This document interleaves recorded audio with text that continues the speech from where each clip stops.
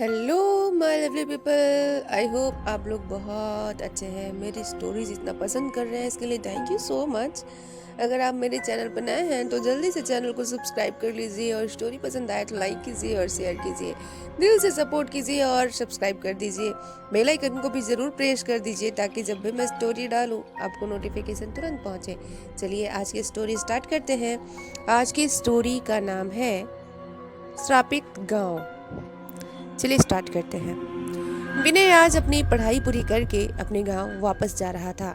गांव से शहर में पढ़ने के लिए विनय आया था और ग्रेजुएशन करके आज वापस अपने गांव लौट रहा है। उसने स्टेशन जाकर ट्रेन पकड़ी और बस यही सोच रहा था कि कितने वर्षों बाद अपने घर वापस जा रहा हूँ। विनय को अपने माता पिता भाई बहन से मिलने को बहुत उत्साहित था। लंबा सफर था, इसलिए विनय ने थोड़ी देर कहानियां पढ़नी शुरू की और कुछ घंटों के सफर के बाद आखिर विनय अपने गांव पहुंच ही गया। हरियाणा में एक छोटा सा गांव है, वहीं पर रहता है विनय। गांव में पहुंचते ही विनय को एक जबरदस्त झटका लगा, क्योंकि आज विनय के चाचा जी की मौत हो गई थी। उसके चाचा जी की मौत अचानक आज ही हुई, क्योंकि विनय कल जब ट्रेन में बैठा था तो उसने घर के लोगों से फोन पर बात करी थी और तब घर में सब ठीक था। सुबह अम्बाला स्टेशन पर ट्रेन से उतरा, तभी भी उसने अपने घर पर फ़ोन पर बात करी, लेकिन किसी ने कुछ नहीं बताया था।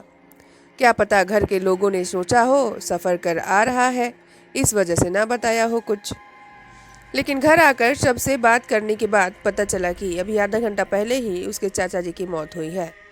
विनय हैरान था कि अचानक चाचा जी की मौत हो कैसे गई, क्योंकि उसके चाचा जी की ना तो कोई तबीयत खराब थी और ना ही किसी किस्म की कोई बीमारी थी। बिल्कुल तंदुरुस्त थे उसके चाचा। और हैरानी का कारण एक और था कि बिल्कुल अलग स्थिति में विनय के चाचा की मौत हुई थी। विनय के चाचा की आंखें बाहर निकल चुकी थीं और जीभ बाहर को लटक रही थी। चेहरा भी देखने में लग रहा था जैसे बिल्कुल लाल पड़ गया हो। थोड़ी देर बाद विनय का परिवार और पूरे गांव के सभी लोग उसके चाचा को शमशान घाट लेकर गए। अंतिम संस्कार पूरा करा। विनय भी आज दिल्ली से लौटा था और घर पहुंचते ही ऐसी घटना हुई कि उसे भी तुरंत चाचा के पार्थिव शरीर को लेकर शमशान घाट जाना पड़ा। परिवार के और गांव के लोग जो शमशान घाट से वापस लौट रहे थे, लौटते हुए यही बातें कर रहे थे, अब ना जाने किसकी जान लेगा वो। 2 साल में अब तक 300 लोगों की मौत हो चुकी है इस गांव में। विनय बस की सीट पर बैठे हुए सब लोगों की बात ध्यान से सुन रहा था। सबकी बात सुनकर विनय तुरंत बोला, कौन और किसकी जान लेगा? पीछे बैठे एक बुजुर्ग आदमी ने विनय को बताना चाहा, लेकिन तभी विनय के पिताजी ने तुरंत उस बुजुर्ग आदमी को मना कर दिया और कहा, कुछ नहीं विनय, कुछ नहीं, तुम बस बैठे रहो। और उस सभी को विनय को कुछ भी बताने से मना कर दिया उसके पिताजी ने। विनय बैठे बैठे बस यही सोच रहा था कि ऐसा क्या है वहाँ और यह सब किसकी बात कर रहे हैं और किसने 2 साल के अंदर इस गांव के 300 लोगों की जानें ली हैं। विनय ऐसी उधेड़-बुन में था। तभी बस सभी को लेकर गांव पहुंच गई। विनय घर में आकर भी इस बात को अपने दिमाग से नहीं निकाल पा रहा था कि आखिर क्या है ऐसा जो इतने लोगों की जान ले चुका है। विनय ने अपने घर में भी सबसे पूछने की कोशिश करी, लेकिन किसी ने भी विनय को कुछ नहीं बताया। लेकिन विनय ने भी सोच लिया था कि इसका पता तो मैं लगा कर ही रहूंगा। आखिर क्या है यह? अगले दिन विनय ने गांव में कई लोगों से इसके बारे में पूछने की कोशिश करी, पर गांव का कोई भी व्यक्ति विनय को इस बारे में बता नहीं रहा था और ना ही बताना चाह रहा था, क्योंकि विनय के पिताजी ने सबको मना करा हुआ था। इसलिए किसी ने भी विनय को कुछ भी नहीं बताया। आखिरकार गांव के आखिरी में एक चाचा जी रहते थे। विनय ने उनसे पूछा तो उन्होंने आखिर विनय को बता ही दिया। चाचा जी ने कहा, इस गांव को श्राप मिला हुआ है और वो श्राप अब सबको बारी बारी मार देगा। वो किसी को नहीं छोड़ेगा। अब सबकी मौत एक ही तरह से हो रही है। आंखें बाहर निकल जाती हैं, जीभ भी बाहर लटक जाती है और चेहरा बिल्कुल लाल हो जाता है और व्यक्ति की मौत हो जाती है। एक एक करके सबका नंबर आएगा। इन लोगों ने पाप ही ऐसा किया है, उसकी सजा अब सब भुगत रहे हैं। उस चाचा ने बिना रुके यह सब बातें लगातार कह दी। उस चाचा की बात खत्म होते ही विनय ने पूछा, कैसा श्राप और क्यों मरेंगे सब? कौन है जो सबको मार रहा है, बताओ मुझे। विनय ने बार बार पूछा, पर उस चाचा ने बताना नहीं चाहा।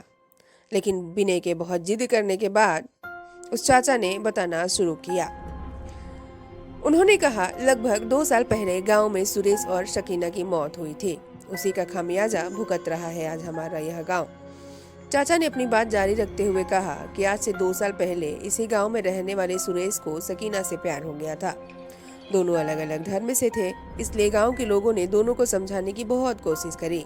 गांव में माहौल भी बहुत तनावपूर्ण हो रहा था। ऐसा लग रहा था कि गांव में अब 2 धर्मों के बीच आपस में लड़ाई दंगे हो जाएंगे, जो आज तक कभी किसी में नहीं हुआ था। इस गांव में दोनों धर्मों के लोग बहुत शांति और प्यार से रहते थे, लेकिन इन दोनों की वजह से गांव में बहुत अशांति फैली हुई थी।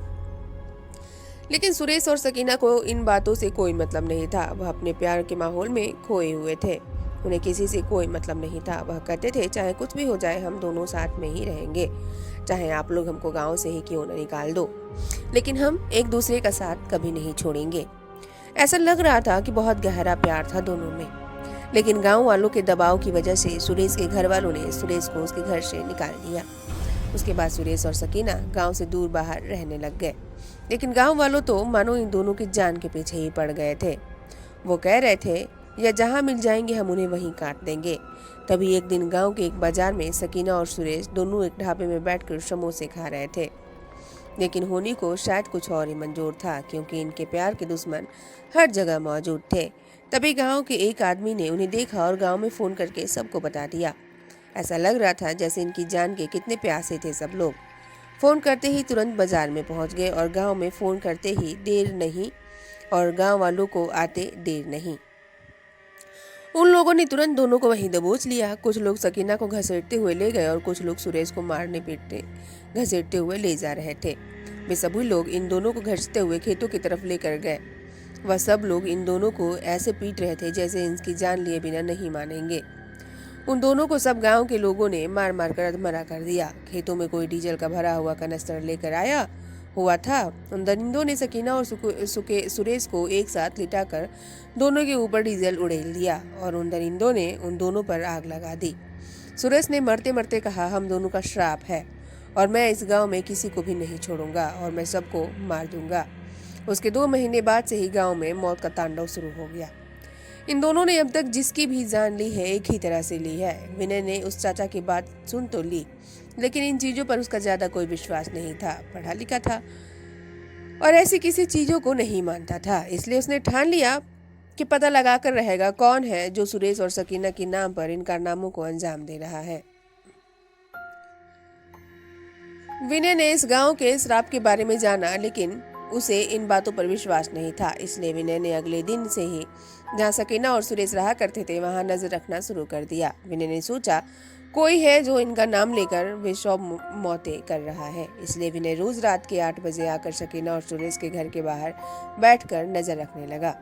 लेकिन कई दिनों तक नजर रखने पर भी विनय को कुछ नहीं दिखा। पर एक दिन विनय रोज से थोड़ा जल्दी ही सकीना और सुरेश के घर के पास आ गया।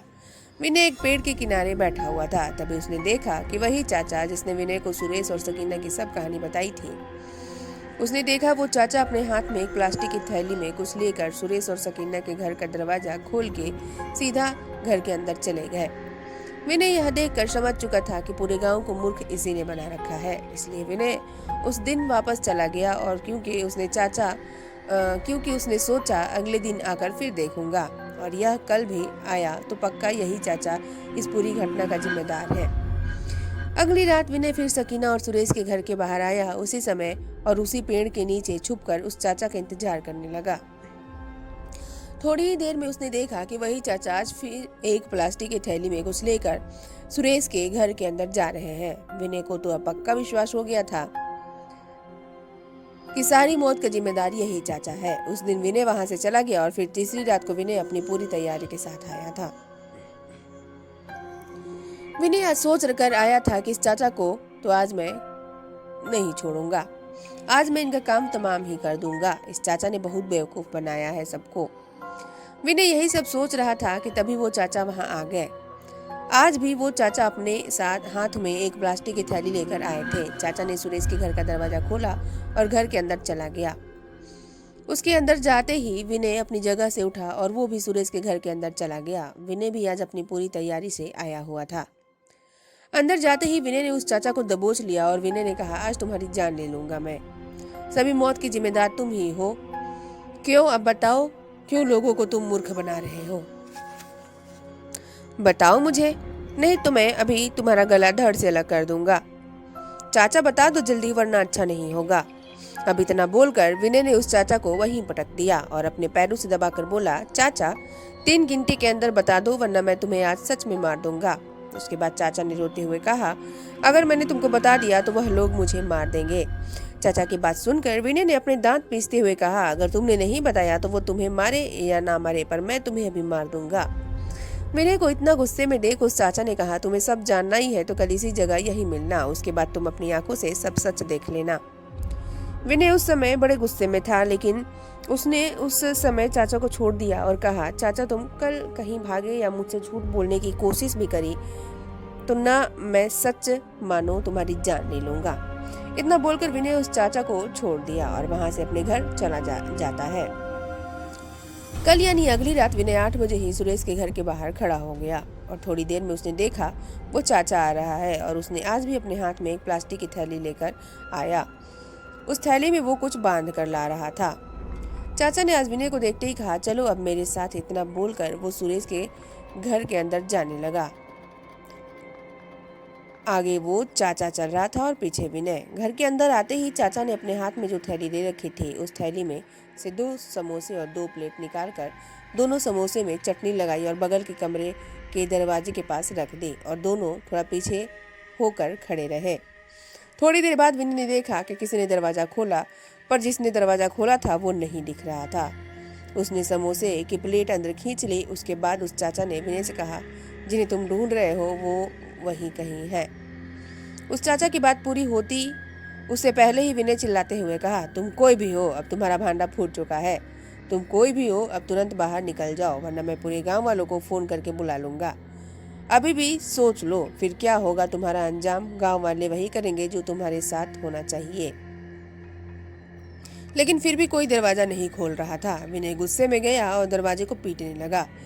तभी भी कोई दरवाजा नहीं खोल रहा था। उसके विनय ने उस दरवाजे में लगातार लात मार मार कर उस दरवाजे को तोड़ दिया और जैसे ही विनय ने अंदर देखा तो उसके होश उड़ गए, क्योंकि अंदर कोई नहीं था और बस वहां समोसे की प्लेट खाली पड़ी थी और प्लेट में थोड़ी चटनी, बस यही सब था उस कमरे के अंदर।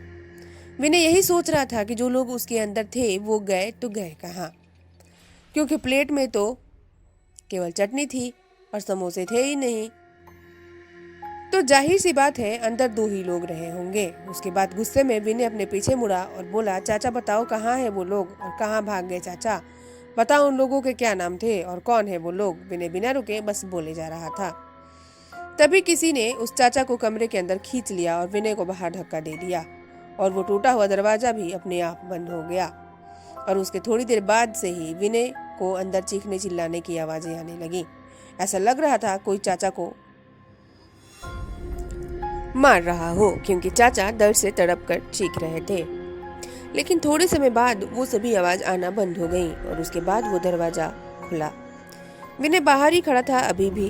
दरवाजा खुलते ही अंदर से 2 लोग बाहर आए और जैसे ही विनय ने उन दोनों को देखा तो विनय की आंखें फटी के फटे रह गई। ऐसा लग रहा था कि विनय की सांसें मानो रुक जाएंगी, क्योंकि अंदर से जो 2 लोग बाहर निकले वो बिल्कुल चले हुए थे। एक लड़का और एक लड़की, दोनों बिल्कुल जली बुझी झुलसी हुई हालत में थे।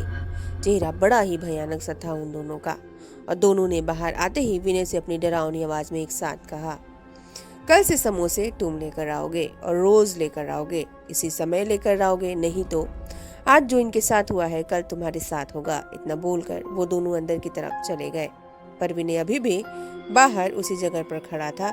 तभी अंदर से किसी ने उस चाचा को बाहर फेंक दिया और चाचा की हर जगह से कटी पिटी लाश विनय के सामने आकर गिरी। विनय ने जैसे ही उस चाचा की लाश को देखा वो तुरंत अपने घर को वापस भाग गया और घर में आते ही अपने कमरे में जाकर सो गया। उस दिन तो विनय ने अपने घर में किसी को कुछ नहीं बताया और अगले दिन सुबह उठते ही विनय ने अपने पिताजी से कहा, पिताजी मुझे आज दिल्ली जाना है, नौकरी के लिए इंटरव्यू है, मेरे पास कल रात को ही फोन आया है। पिताजी और उसके परिवार के लोग उसकी बात सुनकर बड़े ही हैरान थे और उसके पिताजी ने उसे समझाते हुए कहा, अभी कुछ दिन रुक जाओ बेटा, तुम्हारे चाचा की 13वीं नहीं हुई है, अपने पिताजी की बात बीच में ही काटते हुए विनय ने कहा, नहीं पिताजी, मुझे जाना ही पड़ेगा, बहुत ज़रूरी इंटरव्यू है। और इतना बोलकर उसने अपना सामान वगैरह पैक करा और घर से रेलवे स्टेशन के लिए निकल गया। उसने सोचा, दिल्ली के लिए जो भी पहली ट्रेन मिलेगी उसे मैं बैठकर निकल जाऊंगा, तब देखता हूँ कौन मेरा क्या कर लेगा। कल रात वाली घटना भी विनय ने किसी को नहीं बताई थी। विनय स्टेशन पे पहुंचा तो पता चला कि दिल्ली के लिए जो पहली ट्रेन है वह रात 9 बजे की है। विनय सोच रहा था, कोई बात नहीं, दिन भर यहीं बैठा रहूंगा और रात में ट्रेन आते ही सीधा दिल्ली।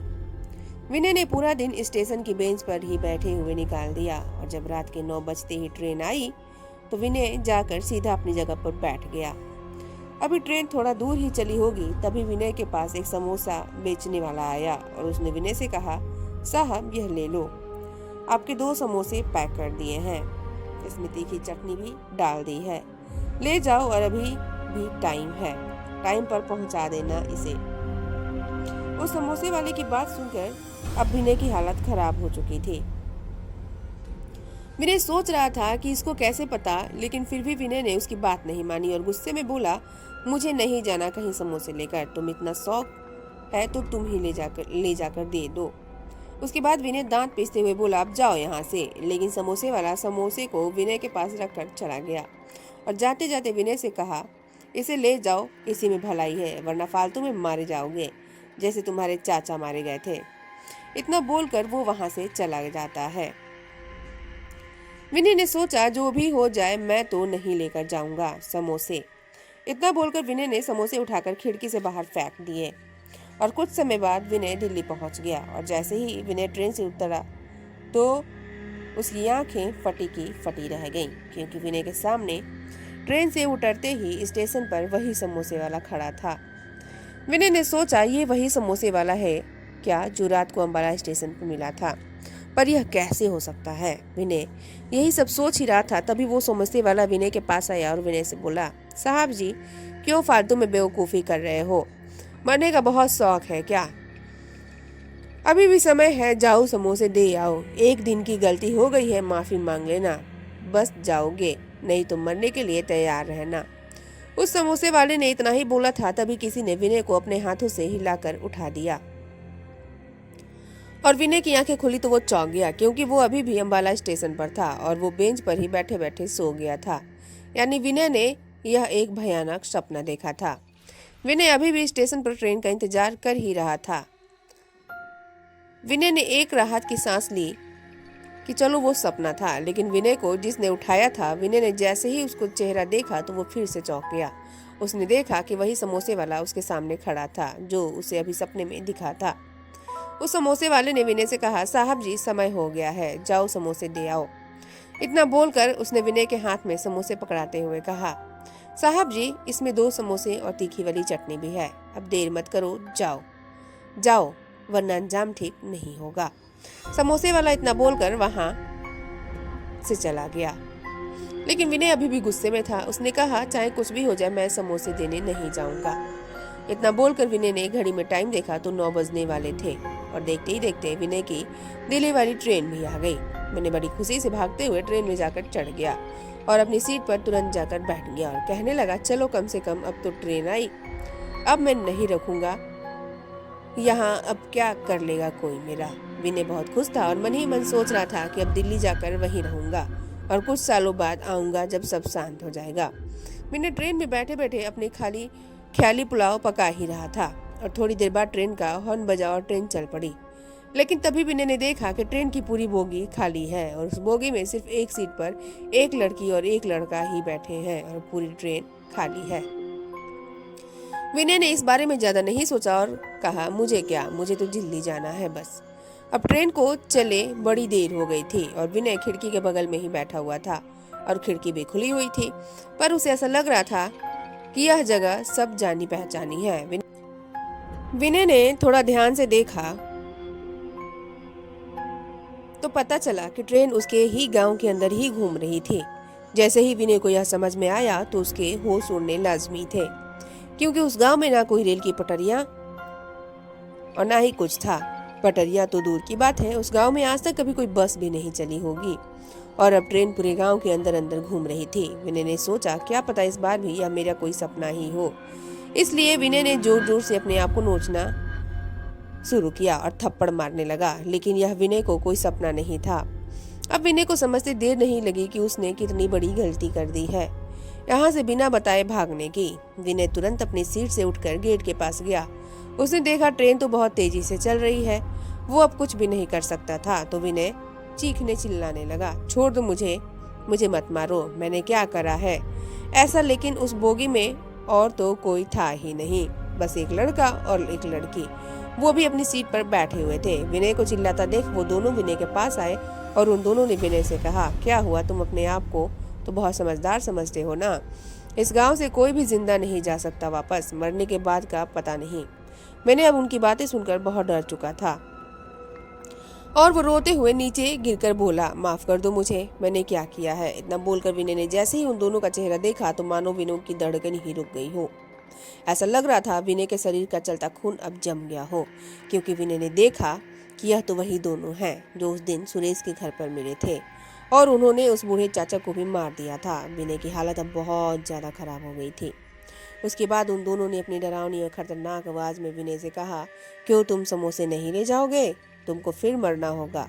याद है ना तुम्हारे चाचा गांव के प्रधान थे, उनकी हालत कैसी हुई थी, उन्होंने भी मना कर दिया था और गांव में कितने लोगों की मौत हुई है शायद तुम भूल गए। चलो आज नंबर तुम्हारा है। इतना बोलकर उन दोनों ने विनय के सर के बाल पकड़ लिए और पकड़ के उठा लिया। लेकिन विनय चीख चिल्ला रहा था और माफी मांग रहा था और बार बार कह रहा था, मुझे माफ कर दो, अब रोज सही समय पर मैं समोसे लेकर आ जाऊंगा। विनय गिड़गिड़ा कर रो रहा था। तभी उन्होंने विनय को बोगे के फर्श पर बड़ी जोर से पटका। फिर उस जले हुए कंकाल जैसे लड़के ने विनय से कहा, अगर तुम जिंदा रहना है तो फिर तू उसी घर में रोज सही समय पर समोसे लेकर आ जाना। जब तक आएगा तब तक ही बचे रहेगा, वरना बचेगा तो कोई नहीं।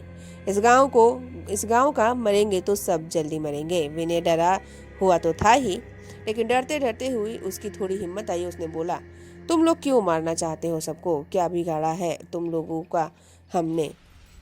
विनय की बात का उसको जवाब तुरंत मिला। उन दोनों ने कहा, तुम सब लोग दरिंदे हो और तुम सब लोगों को तुम्हारे किए की सजा जरूर मिलेगी। तुम लोगों ने हमें मारा है और हम सब तुम लोगों को मार देंगे। विनय ने उसके बाद पूछा, किसने मारा है आपको। विनय की बात का जवाब देते हुए उसने कहा, मैं सुरेश हूँ और मेरे साथ ये मेरी प्रेमिका सकीना है। हम लोगों के प्यार के दुश्मन तुम्हारे गांव वालों ने हमें जिंदा जला दिया, इसलिए जब तक हम उनको उनके किए की सजा नहीं दिला देंगे तब तक हमें मुक्ति नहीं मिलेगी। विनय ने सुरेश की बात सुनकर कहा, मैं दिलाऊंगा आप लोगों को मुक्ति, बताओगे क्या करना होगा मुझे आपकी मुक्ति के लिए। तभी सुरेश ने अपनी डरावनी और गंभीर आवाज में विनय से कहा, मुक्ति तो हमको मिलेगी लेकिन हम खुद लेंगे, क्योंकि हमको मुक्ति दिलाना इतना आसान नहीं है। तुम नहीं दिला पाओगे हमको मुक्ति। हमारी मुक्ति के लिए इस गांव के एक एक आदमी को मरना होगा। इस गांव को जो श्राप दिया है उस श्राप का पूरा होना जरूरी है। तुम सब मरोगे तभी हमें मुक्ति मिलेगी, बस। विनय ने एक बार और हिम्मत करते हुए कहा, लेकिन जिन लोगों ने आपके साथ ऐसा किया कसूरवार थे तो बस वही लोग हैं ना, बाकी नहीं। दोस्त लोगों को क्यों मारना चाहते हो आप दोनों। सुरेश और सकीना ने कहा, कसूरवार गांव का हर एक इंसान है। सब लोगों ने हमारी मौत का तमाशा देखा था और गांव के हर एक इंसान ने कहा था कि इन प्यार करने वालों को जिंदा रहने का कोई हक नहीं है, इसलिए कसूरवार गांव का हर एक इंसान है। सुरेश ने फिर कहा, लेकिन तुम जिंदा रहोगे, बस तुमको रोज समोसे लेकर आना होगा उसी घर पर सही समय पर। अगर ऐसी गलती फिर करी तो उसी समय मारे जाओगे। इतना बोलकर विनय को चलती ट्रेन से सुरेश और सकीना ने नीचे फेंक दिया। लेकिन आश्चर्य की बात तो यह थी कि अब विनय की थोड़ी देर बाद आंख खुली तो विनय सुरेश के घर के बाहर खिड़की के पास पड़ा हुआ था। यानी जो विनय को चलती हुई ट्रेन दिख रही थी वह सुरेश का घर था। लेकिन विनय समझ चुका था कि अब चालाकी नहीं चलेगी, क्योंकि जान आज बड़ी मुश्किल से बची है। उसके बाद विनय अपने घर चला गया। विनय बता कर गया था कि वो शहर जा रहा है, लेकिन उसके घर आते ही घर के लोग कहने लगे कि क्या हुआ विनय, तुम वापस आ गए और दिन भर कहाँ थे और इतनी रात को वापस आए। विनय ने उनकी बात का जवाब देते हुए कहा, मेरा मन नहीं हो रहा है, मैं बाद में जाऊंगा दिल्ली। विनय की बात सुनकर घर के लोग भी शुक्र मना रहे थे, चलो ठीक है। उसके बाद उसके पिताजी ने कहा, तुम्हारे चाचा जी की 13वीं हो जाएगी तब ही जाना जहाँ जाना होगा। विनय ने हाँ कह दिया। लेकिन विनय ने घर वालों को कुछ भी नहीं बताया। जो सब घटना विनय के साथ घटी थी और विनय जाकर बिस्तर पर लेट गया। लेकिन इतना कुछ होने के बाद अब विनय को नींद कहाँ आने वाली थी। विनय लेटे हुए बस यही सोच रहा था कि आज तो बड़ी मुश्किल से बचा हूँ, लेकिन उसे समझ नहीं आ रहा था कि वो रेलवे स्टेशन में और वहां से ट्रेन पकड़ी, ट्रेन पर बैठा, ट्रेन भी चल रही थी, पर ऐसा कैसे हो सकता है। जब उन लोगों ने मुझे ट्रेन से नीचे फेंका तो मैं गाँव में ही था, सुरेश के घर पे। उसी उधेड़बुन में विनय बिस्तर पर पड़ा हुआ था, क्योंकि आश्चर्यजनक बात तो थी ही, लेकिन विनय ने यह भी सोच लिया था कि इस गांव को तो अब वो इस श्राप से आजाद करा के ही रहेगा। और विनय ने कहा, जब तक इस गांव को मैं मुक्त नहीं करा लूंगा तब तक मैं यहाँ से नहीं जाऊंगा। चाहे कुछ भी हो जाए, अब मैं अपने गांव के लोगों को ऐसे मरते हुए नहीं छोड़ सकता। विनय अपने कमरे में लेटे लेटे बस यही सोच रहा था कि गांव को श्राप मुक्त कराने के लिए कुछ तो करना ही होगा। फिर अगले दिन विनय सुरेश और सकीना के बताए हुए अनुसार समोसे लेकर शाम को 7 बजे सुरेश के घर चला जाता है और उस कमरे में समोसे रखकर आ जाता है। लगातार ऐसा कई दिनों तक चलता रहा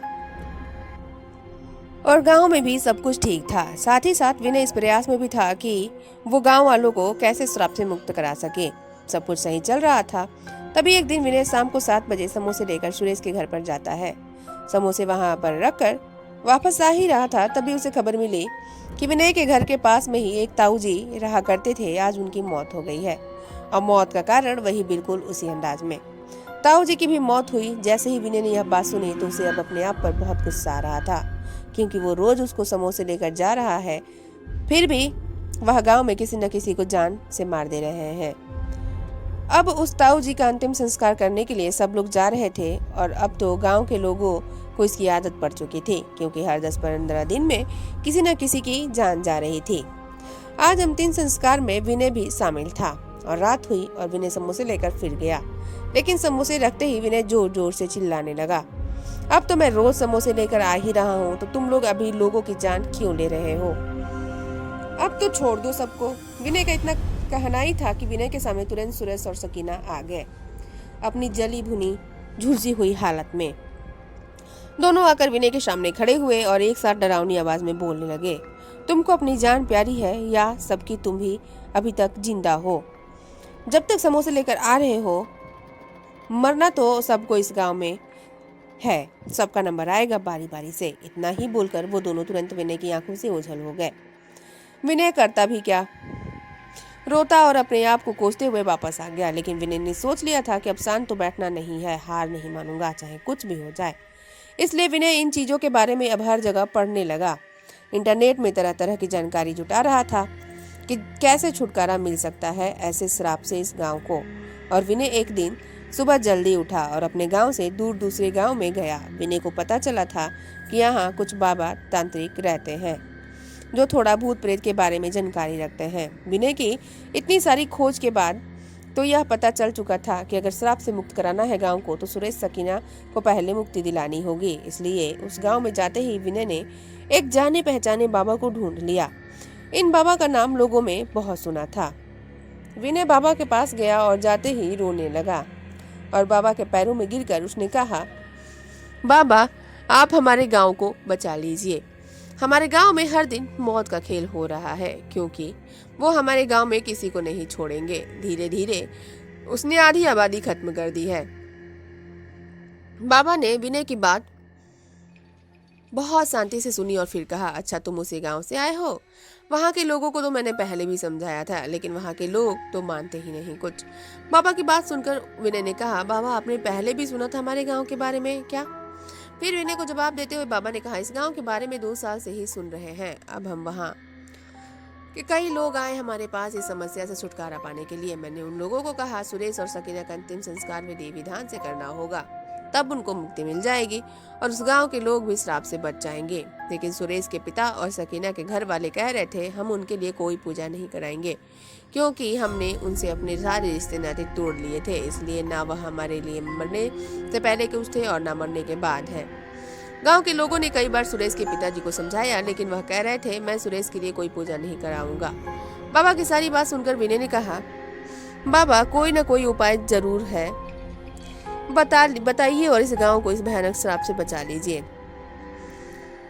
बाबा ने विनय की ऐसी हालत देखी तो बाबा ने कहा, उपाय तो है और समय भी बहुत अच्छा है। अभी 3 दिन बाद अमावस है और अमावस की रात सभी भूत प्रेत और पितरों की शक्ति बढ़ जाती है और मौका भी सही होता है इन सबको प्रसन्न करने का। इसलिए अगर सुरेश के पिताजी मान जाते हैं तो विधि विधान से सभी अंतिम संस्कार पूरा करके उस गांव को बचाया जा सकता है। बाबा ने अपनी बात जारी रखते हुए कहा, इसलिए अभी तुम्हारे पास 3 दिन है। 3 दिन में गांव वालों को कहकर सुरेश और सकीना के घर वालों को राजी करा लो अंतिम संस्कार के लिए। विनय ने बाबा को शुक्रिया कहा और वहां से तुरंत अपने गांव की ओर लौट आया। गांव आते ही विनय बस यही सोच रहा था कि सुरेश की अंतिम क्रियाकर्म के लिए सुरेश के पिताजी को कैसे राजी किया जाए। विनय को यह पता तो था ही कि गांव के सब लोग बोलेंगे तभी सुरेश के पिताजी राजी होंगे इस काम के लिए। इसलिए विनय ने सबसे पहले यह बात अपने पिताजी को वही बताई। विनय ने सारी घटना बताई और अपने पिताजी से कहा, मैंने एक तांत्रिक बाबा से बात करी है। उन्होंने बताया 3 दिन बाद अमावस की रात है, यह बहुत सही समय है। विनय की बात सुनकर उसके पिताजी ने कहा, तुम सही कह रहे हो बेटा। उन बाबा जी के पास हम लोग पहले भी गए थे और उन्होंने पहले भी हमें बहुत उपाय बताए थे, लेकिन सुरेश के पिताजी अंतिम संस्कार के लिए राजी नहीं हुए थे। उसके बाद विनय के पिताजी ने इस गांव के सरपंच जी को जाकर सारी बात बताई और कहा, आखिर सुरेश के पिता अंतिम संस्कार के लिए तैयार क्यों नहीं हो रहे हैं। उनको भी पता है इस गांव में अब तक कितने लोगों की मौत हो चुकी है। विनय भी वही था। अपने पिताजी की बात खत्म होते ही विनय ने कहा, सरपंच जी, सुरेश के पिता लगता है जानबूझकर ही अंतिम संस्कार नहीं करना चाहते, जानबूझकर इस गांव के लोगों को मरवाना चाहते हैं। एपिसोड बहुत लंबा हो चुका है, इसलिए आगे की स्टोरी आपको नेक्स्ट एपिसोड में मिलेगी। तब तक के लिए मेरे चैनल को सब्सक्राइब कर लीजिए। स्टोरी पसंद आया हो तो लाइक कीजिए, कमेंट कीजिए और शेयर कीजिए। थैंक यू सो मच मुझे इतना प्यार देने के लिए और दिल से सपोर्ट कीजिए और चैनल को सब्सक्राइब कर दीजिए। चलिए मिलते हैं इसके पार्ट 2 में। तब तक के लिए थैंक यू, बाय बाय।